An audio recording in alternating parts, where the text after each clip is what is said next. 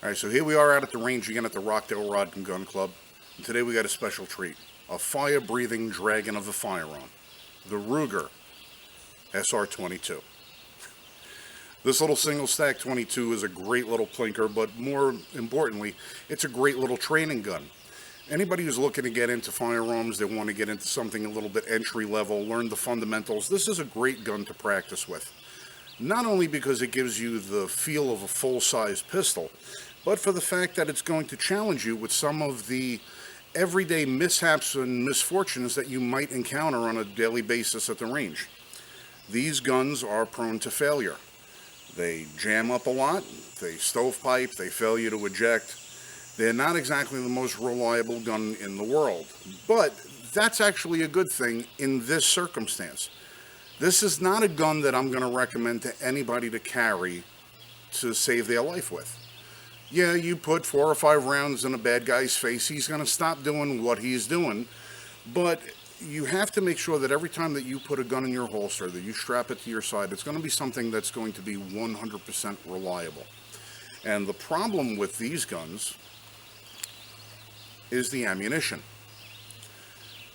There are a couple of good ammunition manufacturers out there that have a pretty good failure to success rate when it comes to reliability.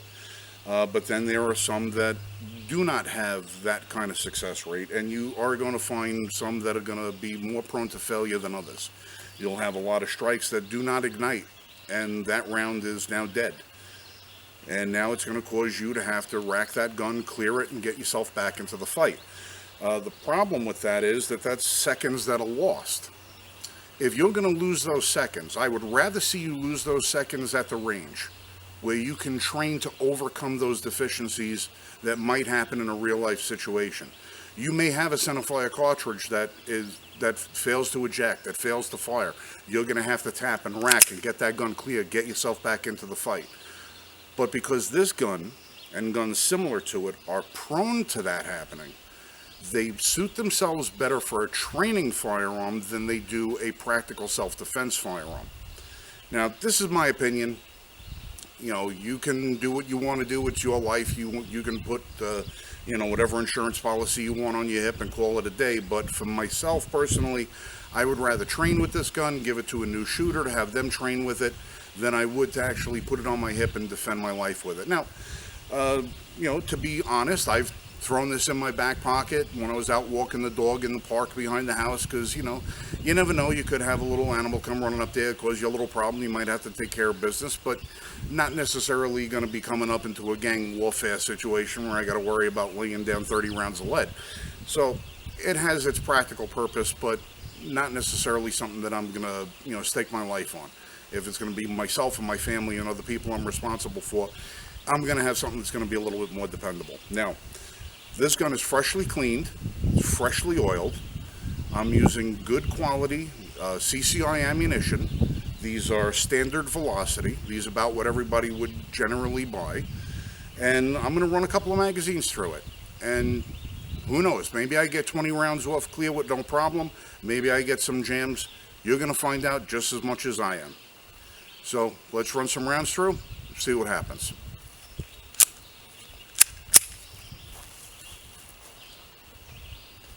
Put my ears on. Safety off.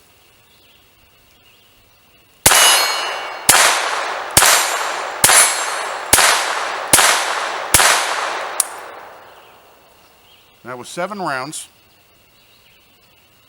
The gun stopped. I know I have loaded for 10. Fingers off the trigger. We had a failure to feed.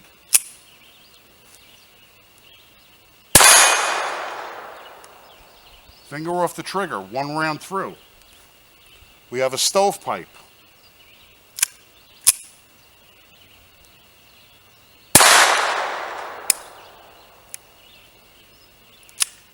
Failure to feed. Failure to eject.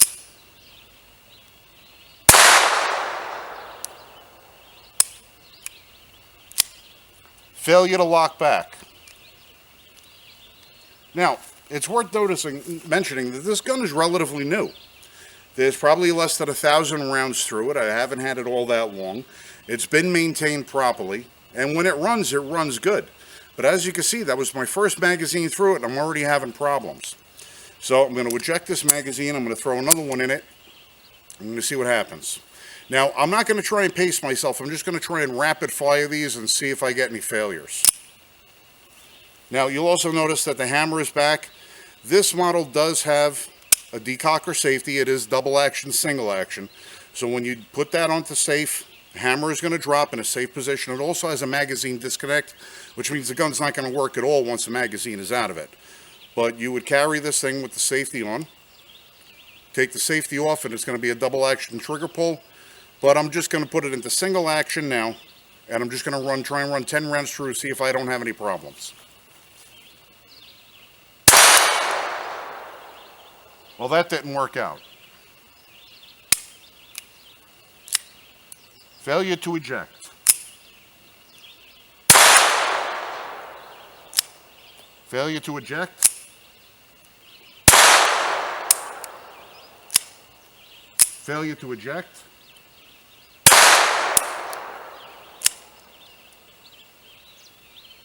Failure to feed. Stovepipe.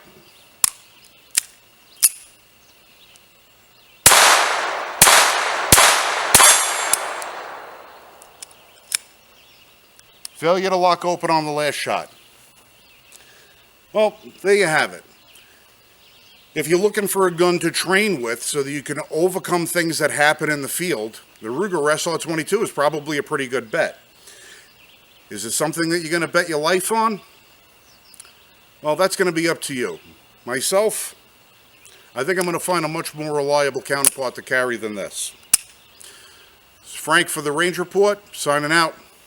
Happy shooting.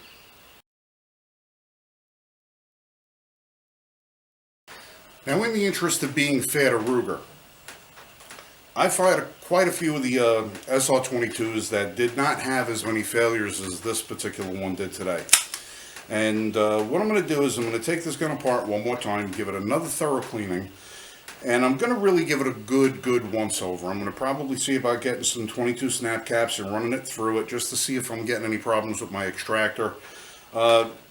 I could feel there's a lot of good spring tension underneath it, so I don't think that that's a problem.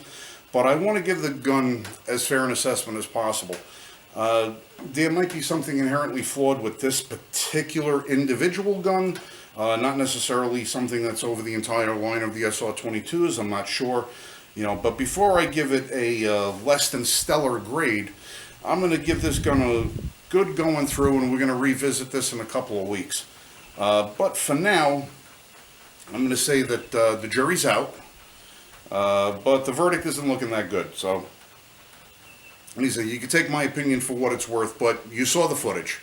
That's not going to lie, and just so you know, yes, I am using the good quality ammunition. I'm not using no cheap stuff from countries other than here. Take my opinion for what it's worth.